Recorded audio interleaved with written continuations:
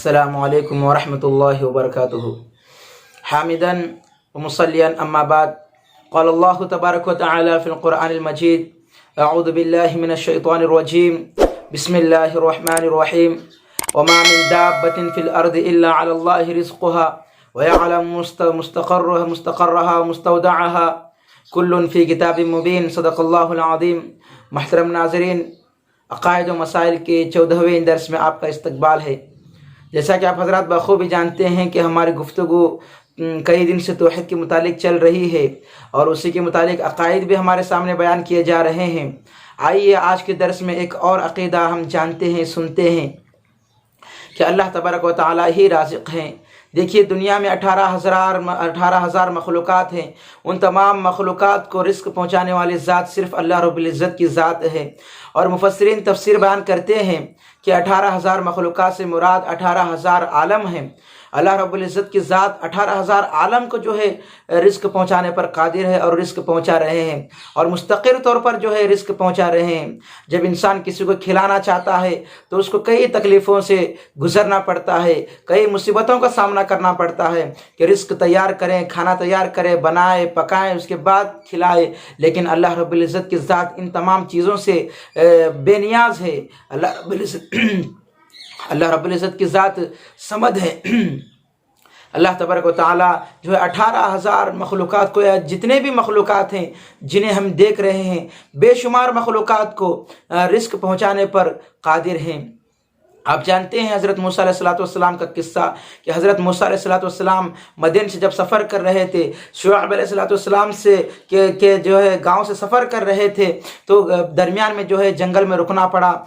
हज़रत मूसा अलैहिस्सलाम की बीवी को दर्द ज़ह था, अंधेरा था, रास्ता नहीं मिल रहा था। लेकिन हज़रत मूसा अलैहिस्सलाम ने उस वक्त सोचा कि जो है पहाड़ पर कुछ रोशनी नज़र आ रही है, जाकर वहाँ से जो है कुछ रोशनी लाए। अगर वहाँ पर कोई हो तो रास्ता भी जो है उनसे पूछ लेंगे और जो है हमारी जो है जो परेशानियां वो दूर हो जाएंगे, यानी रास्ता भी हल हो जाएगा और रोशनी भी मिलेगी और कोई रहबर भी जो है हमें जो है रास्ता बताएगा।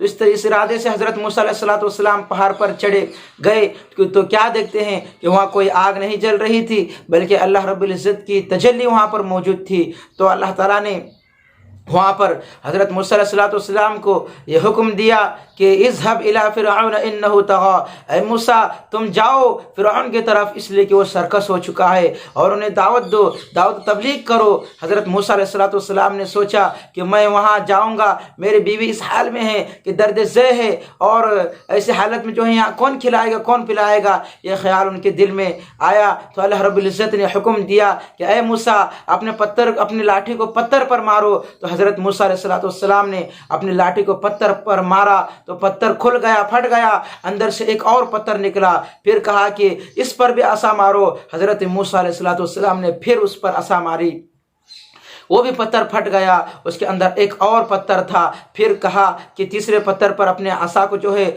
मारो। तो हज़रत मूसा अलैहिस्सलाम ने मारा तो पत्थर फटा और उसके अंदर से एक कीड़ा निकला जिसके मुंह में सब्ज़ पत्ता था और वो ये पढ़ रहा था सुबहान मन यरानी व यारिफु मकानी व यस्मअ कलामी, यानी वो कीड़ा पढ़ रहा था कि पाक है वो ज़ात जो मुझे पहाड़ की तीसरी तह में देख रहा है और मेरी जगह को पहचानता है और मेरी यहाँ की आवाज़ को, मेरी बातों को, मेरे कलाम को जो है सुन रहा है।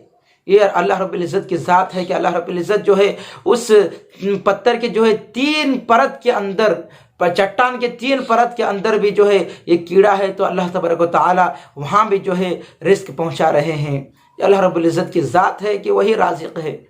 और एक जगह अल्लाह ताला इरशाद फरमाते हैं, वमा मिन दाब्बतिन फ़िल अर्दि इल्ला अलल्लाहि रिज़्क़ुहा व यअलमु मुस्तक़र्रहा व मुस्तौदअहा कुल्लुन फ़ी किताबिन मुबीन।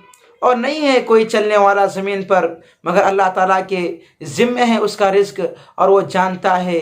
यानी कि अल्लाह तबारक व तआला की जो भी मखलूक़ात ज़मीन में चलने फिरने वाली है उनको मुस्तक़िल तौर पर अल्लाह रब्बुल इज़्ज़त जो है रिस्क पहुँचाने वाले हैं और रिस्क पहुँचा भी रहे हैं।